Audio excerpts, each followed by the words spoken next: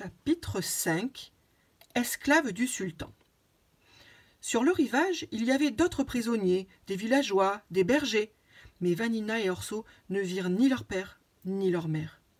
Les soldats les firent monter sur une barque. La barque glissa vers le grand bateau turc.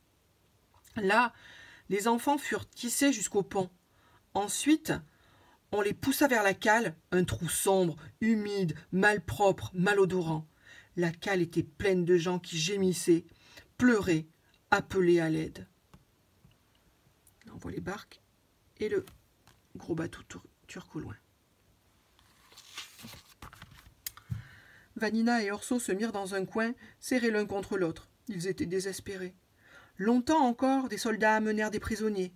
Puis les marins turcs fermèrent l'entrée de la cale avec de lourds panneaux de bois. L'obscurité devint encore plus profonde. Finalement, Vanina et Orso sentirent que le bateau bougeait. Ils prenaient le large. Autour d'eux, les gémissements se firent plus tristes. « Courage » disait Vanina. « Courage » répétait Orso. Cela n'empêchait pas de grosses larmes de couler sur leurs joues.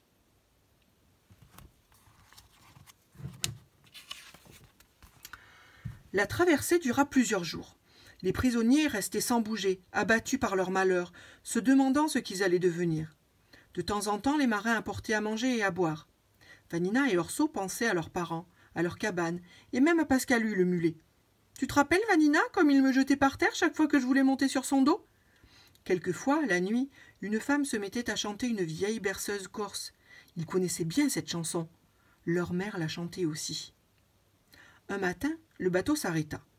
Les marins ouvrirent la cale. « Allez, tout le monde en haut !» Vanina et Orso suivirent la foule. « Où sommes-nous ? On verra bien. » Sur le pont, le grand soleil les éblouit. Quand ils purent tenir leurs yeux ouverts, ils furent plus éblouis encore. Le bateau était arrivé dans un port, et devant eux, sur le rivage, se dressaient des hautes maisons, des palais aux coupoles dorées. Toute une ville, enfin, comme ils n'en avaient jamais vu de leur vie.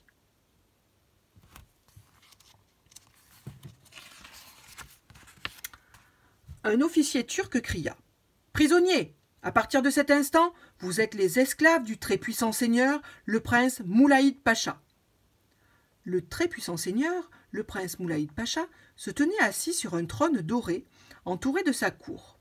Les soldats faisaient défiler devant lui la foule des prisonniers corses. Quand ce fut à Orso d'avancer, il lui arriva une chose toute bête. Il glissa et s'étala par terre de tout son long. Les soldats se précipitèrent et le forcèrent à se relever. Vanina s'élança, elle aussi, pour le protéger. La bousculade attira l'attention du prince.